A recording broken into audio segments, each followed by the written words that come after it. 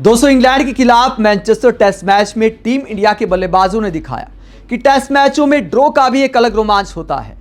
अगर दीवार पर हार लिख दी गई हो, ये मान लिया गया हो कि भारत ये मैच हारने वाला है, उसके बाद 2 दिन बैटिंग करके मैच ड्रॉ कराया जाता है तो जीत के समान है। इसका एक अलग रोमांच है।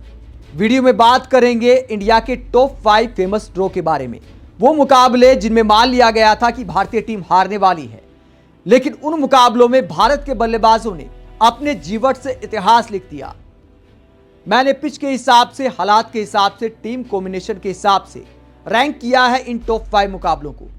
पहले 5वें नंबर के मुकाबले की बात करते हैं। यह मुकाबला खेला गया था भारत और वेस्टइंडीज के बीच 1949 में मुंबई में, तब बॉम्बे नाम हुआ करता था। और इस मुकाबले का क्या इतिहास है जो अपने आप में बेहद रोमांचकारी है। यह सीरीज का 5वां टेस्ट मैच था और वेस्टइंडीज की टीम 1-0 से आगे थी। 4 से 8 फरवरी 1949 को यह मुकाबला खेला गया था बॉम्बे के ब्रेबोर्न स्टेडियम में। भारत पहली जीत के सबसे करीब था क्योंकि तब तक भारतीय टीम ने एक भी टेस्ट मैच नहीं जीता था, लेकिन अपनी पहली टेस्ट जीत के बेहद करीब पहुंच गई थी भारतीय टीम। और क्या इतिहास लिखने जा रहा था। लेकिन वेस्टइंडीज की टीम निश्चितता पर उतर आती है। वेस्टइंडीज के खिलाड़ी किस तरह की हरकत करते हैं वो भी आपको बताएंगे। टीम इंडिया के सामने टारगेट था 361 रन का। उस जमाने में 250 का टारगेट भी काफी मुश्किल माना जाता था। 1949 में जब वेस्टइंडीज की टीम ने 361 रन का टारगेट टीम इंडिया के सामने रखा तो हार मान ली गई थी कि भारतीय टीम ये मुकाबला बड़े आराम से हार जाएगी। लेकिन उसके बाद क्या होता है, पहले मैच का स्कोर कार्ड आपको बताते हैं। वेस्टइंडीज ने पहली पारी में बनाए थे 286 रन, यानी वेस्टइंडीज की टीम को 93 रन की बढ़त मिलती है। वेस्टइंडीज की दूसरी पारी 267 रन पर सिमट जाती है और टीम इंडिया को 361 का टारगेट मिलता है। इंडिया की टीम ने दूसरी पारी में बनाए 355 रन और 6 रन कम रह गए।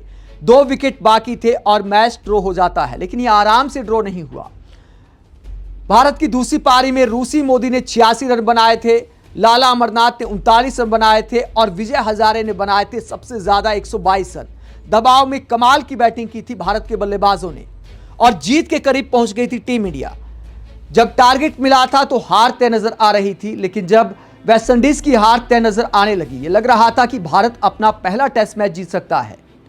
उसके बाद वेस्टइंडीज की टीम क्या हरकत करती है। मैच का क्लाइमैक्स ये होता है कि भारत को 6 रन रह जाते हैं। वेस्टइंडीज 2 विकेट नहीं ले पाता। 8 विकेट भारत के गिर चुके थे। गुलाम अहमद और दत्तू फड़कर क्रीज पर थे। विजय हजारे आउट हो चुके थे, लेकिन तभी बैड लाइट की वजह से खेल रोक दिया गया और मैच ड्रॉ हो गया और फाइनल स्कोर रहा 355 रन पर 8 विकेट। लेकिन बैड लाइट में क्या रहा वेस्टइंडीज का व्यवहार। वेस्टइंडीज के खिलाड़ियों ने जानबूझकर, हार देखकर जानबूझकर टाइम वेस्ट करने का काम किया। उनके विकेटकीपर ने जानबूझकर खेल में देरी की और आरोप लगा कि विकेटकीपर क्लाइड वॉलकॉट बॉल को धीरे धीरे लाकर टाइम खराब कर रहे थे। जानबूझकर टाइम खराब कर रहे थे वेस्टइंडीज के विकेटकीपर। दर्शक भी गुस्से में आ गए थे और माहौल काफी गर्म हो गया था और आखिर में मैच को बैड लाइट की वजह से रोक दिया गया और भारत अपनी पहली जीत दर्ज नहीं कर पाया था उस मुकाबले में। लेकिन भारत के बल्लेबाजों ने जो जीवट दिखाया और मैच ड्रॉ हुआ, तो मैंने टॉप 5 ड्रॉ मुकाबलों में इसे 5वें नंबर पर रखा है। अब बात करते हैं चौथे नंबर पर कौन सा मुकाबला है। चौथे नंबर पर है भारत और इंग्लैंड का ओवल में जो खेला गया था मैच 1979 में। और इस मैच की क्या कहानी है। चौथा और आखिरी टेस्ट मैच था सीरीज का। 30 अगस्त से 4 सितंबर 1979 को यह मुकाबला खेला गया था। इंडिया के सामने 438 रन का टारगेट था जो नामुमकिन के करीब था। 400 के ऊपर का टारगेट कोई सोच भी नहीं सकता था कि कोई टीम चेज कर सकती है। इंग्लैंड की धरती पर जब ये टारगेट सामने आया तो ये मान लिया गया था कि भारत की टीम बड़े आराम से मैच हार जाएगी। लेकिन उसके बाद क्या कहानी होती है। यहां पर भी जीत के करीब आकर बस मैच ड्रॉ हो जाता है। जीतते जीतते रह जाती है टीम इंडिया। इंग्लैंड ने पहली पारी में 305 रन बनाए थे। भारत ने पहली पारी में 202 रन बनाए थे। इंग्लैंड ने दूसरी पारी में 334 रन बनाए थे और पारी घोषित की थी 8 विकेट के नुकसान पर। 438 का टारगेट टीम इंडिया को मिला था और इंडिया ने बनाए थे 429 रन 8 विकेट के नुकसान पर, यानी 9 रन कम रह गए बस जीत से। टेस्ट इतिहास की सबसे यादगार चौथी पारी से माना गया था लंबे समय तक। और इस पारी में किन बल्लेबाजों ने कमाल की बल्लेबाजी की थी। सुनील गावस्कर ने 221 रन बनाए थे, दोहरा शतक लगाया था, 443 गेंदों का सामना किया था और 8 घंटे से ज्यादा बैटिंग की थी सुनील गावस्कर ने। तो कमाल का जीवट दिखाया था गावस्कर ने, जो इस बात को दिखाता है कि क्यों उन्हें भारत का महानतम टेस्ट बल्लेबाज कहा जाता है। चेतन चौहान ने 80 रन बनाए थे, 263 गेंदों का सामना किया था। कमाल की डिफेंसिव बल्लेबाजी की थी। दिलीप वेंगसरकर ने भी 52 रन बनाए थे और इस रन चेज में भारत जीत के करीब पहुंच गया था, क्योंकि एक वक्त स्कोर था 366 रन पर 1 विकेट, यानी लग रहा था कि जीत पक्की है। लेकिन उसके बाद मुकाबले में रोमांच आता है। जब 8 विकेट बाकी थे और जीत के लिए सिर्फ 72 रन चाहिए थे तो इंडिया की टीम फेवरेट हो गई थी। लेकिन उसके बाद क्या होता है, फिर वेंगसरकर आउट होते हैं और ताश के पत्तों की तरह विकेट गिरने लगते हैं। सुनील गावस्कर भी 221 रन बनाकर आउट हो जाते हैं। कपिल देव 0 पर आउट हो जाते हैं। यशपाल शर्मा 19 और गुडप्पा विश्वनाथ 15 रन बनाकर आउट हो जाते हैं। भारत का स्कोर 429 रन पर 8 विकेट था। मैच ड्रॉ हो जाता है। आखिरी ओवर में 15 रन चाहिए थे भारत को जीत के लिए, लेकिन जब 2 विकेट बाकी हो तो ज्यादा रिस्क नहीं लिया जाता, तो मैच ड्रॉ हो जाता है आखिर में। लेकिन कमाल की चौथी पारी खेली थी उस जमाने में 1979 में। 438 के टारगेट के इतने करीब पहुंचना भी बहुत बड़ी बात थी, तो इंडिया के फेमस टेस्ट ड्रॉ में मैंने इसे चौथे नंबर पर रखा है। अब बात करते हैं तीसरे नंबर के मुकाबले में। हालांकि सबसे लंबी पारी खेलने के मामले में यह पहले नंबर पर आता है, लेकिन दोस्तों हालात के हिसाब से, टीम के हिसाब से, पिच के हिसाब से मैंने इसे तीसरे नंबर पर रखा है। भारत और न्यूजीलैंड के बीच नेपियर में मुकाबला खेला गया था न्यूजीलैंड में 2009 में। भारत और न्यूजीलैंड के बीच सीरीज का दूसरा टेस्ट मैच था। 26 से 30 मार्च 2009 को यह मैच खेला गया था और भारत को फॉलो ऑन का सामना करना पड़ा था। और उसके बाद टीम इंडिया के बल्लेबाज एक इतिहास लिखते हैं। न्यूजीलैंड ने पहली पारी में 619 रन बनाए थे 9 विकेट के नुकसान पर। उसके बाद भारत की पूरी टीम 305 पर ऑल आउट हो जाती है। राहुल द्रविड़ ने 83 रन बनाए थे, लक्ष्मण ने 76 रन बनाए थे और कोई बल्लेबाज कुछ खास नहीं कर पाया और टीम इंडिया को 314 रन से पीछे रहना पड़ा। 314 रन की भारी भरकम लीड थी न्यूजीलैंड के पास। न्यूजीलैंड ने सोचा था कि पारी के अंतर से मैच जीत सकते हैं, लेकिन उसके बाद 2 दिन की जब चुनौती थी बैटिंग करने की, 2 दिन निकालने थे टीम इंडिया को, हार तय नजर आ रही थी। लेकिन दूसरी पारी में भारत के बल्लेबाजों ने कमाल कर दिया और सबसे ज्यादा तारीफ करनी होगी गौतम गंभीर की। किस तरह की पारी उन्होंने खेली। भारत ने दूसरी पारी में बनाए 476 रन 2 दिन बैटिंग करके। 180 ओवर खेले टीम इंडिया ने। गौतम गंभीर ने 137 रन बनाए 436 गेंद में। 642 मिनट तक बल्लेबाजी की गौतम गंभीर ने।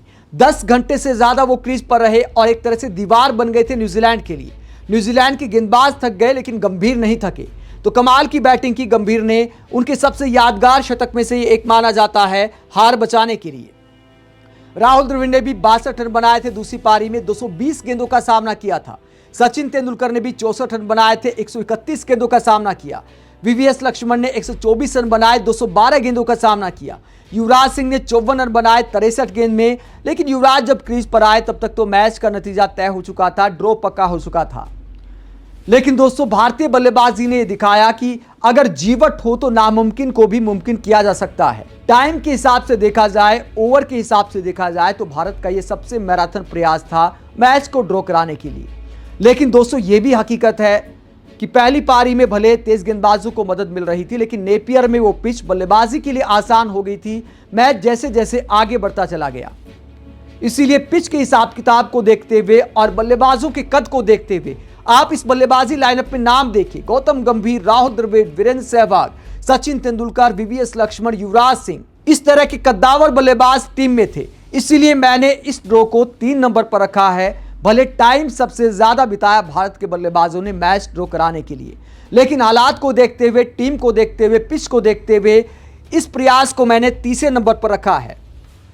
उसके बाद दूसरे नंबर पर आता है भारत और ऑस्ट्रेलिया के बीच सिडनी का टेस्ट मैच, 2021 का वो टेस्ट मैच जिसने भारत की उम्मीदों को जिंदा रखा और उसके बाद अगला टेस्ट मैच जीतकर टीम इंडिया ने सीरीज अपने नाम की।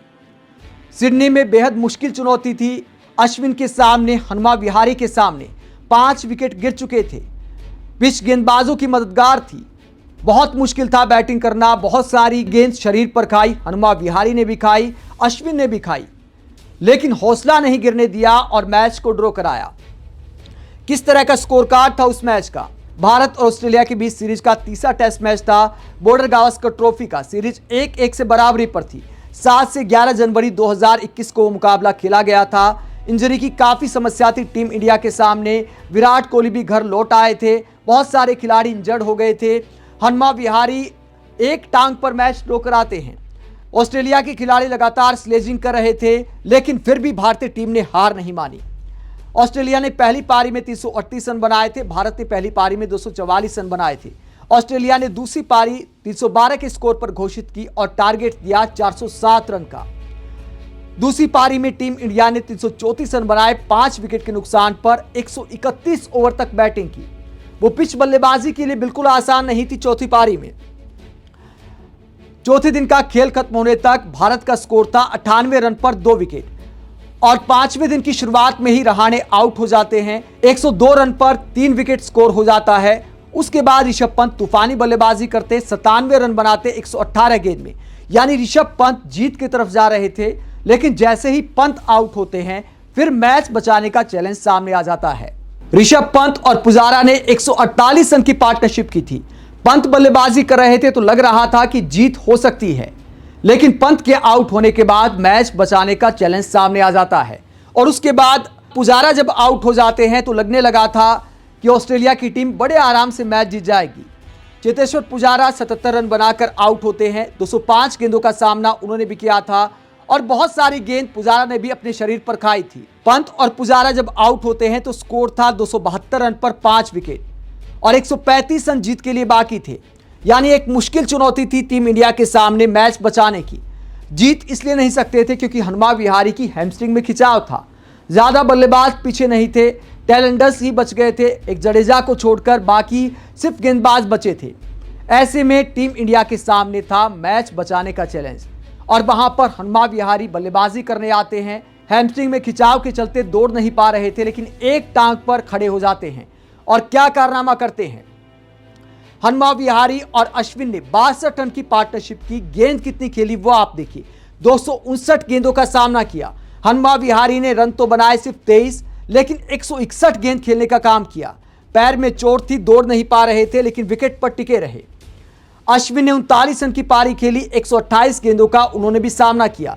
अश्विन भी पीठ दर्द का सामना कर रहे थे। उसके बाद आखिरी मैच खेल तक नहीं पाए, लेकिन इस मैच में टीम इंडिया के लिए मैच बचाने का काम किया। तो आखिरी मैच में उनकी जगह सुंदर आए थे। उसके बाद टीम इंडिया ने वो मुकाबला जीता था। ऑस्ट्रेलियाई खिलाड़ी लगातार स्लेजिंग कर रहे थे, लेकिन भारतीय टीम ने हार नहीं मानी। ऑस्ट्रेलिया के उस वक्त के कप्तान थे टिम पेन, वो भी विकेट के पीछे से काफी कुछ बोल रहे थे। 43 ओवर की पार्टनरशिप की अश्विन और हनुमा विहारी ने, तो यह भी कमाल का ड्रॉ था और इस ड्रॉ को मैंने रखा है नंबर 2 पर, क्योंकि टीम नई थी। ऑस्ट्रेलिया जैसी मजबूत टीम सामने थी, 5वें दिन की मुश्किल पिच सामने थी। ऐसा नहीं था कि वहां बैटिंग करना आसान था। 2 इंजर्ड खिलाड़ी बैटिंग कर रहे थे, तो हालात के हिसाब से, पिच के हिसाब से मैंने इसे नंबर 2 पर रखा है। और नंबर 1 पर किसे रखा है? नंबर 1 पर रखा है जो इंग्लैंड में टीम इंडिया ने फिलहाल किया है उसको। India versus England Manchester test match 2025। बहुत सारे लोग सवाल उठा सकते हैं मैंने आखिरकार नंबर 1 पर इसे क्यों रखा, क्योंकि दोस्तों यहां पर बहुत सारे चैलेंज सामने थे। एक तो तकरीबन 5 सेशन बैटिंग करनी थी, दूसरा ऋषभ पंत की चोट थी, तीसरा भारत के 4 ऐसे खिलाड़ी हैं जिन पर आप 20 रन का भरोसा नहीं कर सकते, जिन पर आप आधा घंटा निकालने का भरोसा नहीं कर सकते। 2 बल्लेबाज 0 पर आउट हो जाते हैं, इसीलिए मैंने इसे नंबर 1 पर रखा है। इस मैच की कहानी वैसे तो नई है, लेकिन फिर भी आपको बता देते हैं। चौथा टेस्ट मैच मैनचेस्टर में जो खेला गया और 0 पर 2 आउट हो जाते, उसके बाद 425 पर 4 का स्कोर बनता है और भारत के खिलाड़ी मैच ड्रॉ कराते हैं। पहली पारी में भारत ने बनाए 358, इंग्लैंड ने पहली पारी में बनाए 669 रन, भारत ने दूसरी पारी में बनाए 425 रन। 5 सेशन निकालने थे, 2 बल्लेबाज 0 पर आउट थे। उसके बाद केएल राहुल ने, शुभमन गिल ने, वाशिंगटन सुंदर ने, जडेजा ने जो किया वो इतिहास बन गया है, इसीलिए मैंने इसे नंबर 1 पर रखा है। जब इंग्लैंड से लेकर इंडिया के तमाम क्रिकेट एक्सपर्ट ने भारत की हार मान ली थी, तो 4 बल्लेबाजों ने क्या कमाल किया इस मैच में। क्रिस वोक्स पहले ओवर में 2 विकेट चटकाते हैं। उसके बाद केएल राहुल और गिल के बीच 188 रन की पार्टनरशिप होती है। केएल राहुल 90 रन बनाते हैं, 230 गेंदों का सामना करते हैं। शुभमन गिल ने 103 रन बनाए, 238 गेंदों का सामना किया। तो इन 2 बल्लेबाजों ने उम्मीद जगाई। चौथे दिन तक 2 सेशन बल्लेबाजी की, एक भी विकेट नहीं गिरने दिया। लेकिन उसके बाद 5वें दिन के पहले सेशन में दोनों आउट होते हैं, तो एक बार फिर इंग्लैंड की टीम हावी हो जाती है। पीछे ज़्यादा बल्लेबाजी नहीं बची थी। जडेजा और वॉशिंगटन के सुंदर जो कि ऑलराउंडर माने जाते हैं, वो भी गेंदबाजी ऑलराउंडर, उसके बाद ज़्यादा बल्लेबाजी नहीं बची थी, तो इस बात की उम्मीद कम थी कि भारत की टीम ये मैच ड्रॉ करा सकती है। लेकिन जडेजा और सुंदर ने दिखाया कि बल्लेबाजी में भी वो कैसा हुनर रखते हैं। कमाल की पारी खेली जडेजा और सुंदर ने। 203 रन की नाबाद पार्टनरशिप की 334 गेंदों का सामना किया। 107 रन जडेजा ने बनाए 185 गेंद में और सुंदर ने बनाए 101 रन 206 गेंद में। इंग्लैंड के गेंदबाज बुरी तरह थक गए थे। इंग्लैंड के कप्तान बेन स्टोक्स गुस्से में आ गए थे। जब आखिरी घंटे की शुरुआत होती है तो हैंडशेक करने जाते हैं कि भैया हम थक गए हैं, माफ करो, अब हमें नहीं जीतना, मैच को यहीं पर ड्रॉ कर लेते हैं। उस वक्त जडेजा 89 पर बैटिंग कर रहे थे, सुंदर 80 पर बैटिंग कर रहे थे। जडेजा ने मना कर दिया कि भैया ऊपर से ऑर्डर नहीं आया है। ऊपर वालों का कहना था, बाद में शुभमन गिल का बयान आया कि दोनों शतक के करीब थे, तो हैंडशेक आखिरकार कैसे कर लेते। इतना मैराथन प्रयास किया है तो शतक बनाना बनता था। उसके बाद जडेजा और सुंदर शतक पूरा करते हैं, मैच ड्रॉ होता है। और ये मेरी नज़र में नंबर 1 प्रयास है किसी मैच को ड्रॉ कराने का। पिच के हिसाब से, टीम के हिसाब से, एक युवा टीम के हिसाब से आप इंडिया के टॉप 5 ड्रॉ मुकाबलों को लेकर क्या सोचते हैं? किस मुकाबले को आप पहले नंबर पर रखना चाहेंगे? कमेंट बॉक्स में अपनी राय जरूर दें, साथ ही चैनल को सब्सक्राइब भी करें। नमस्कार।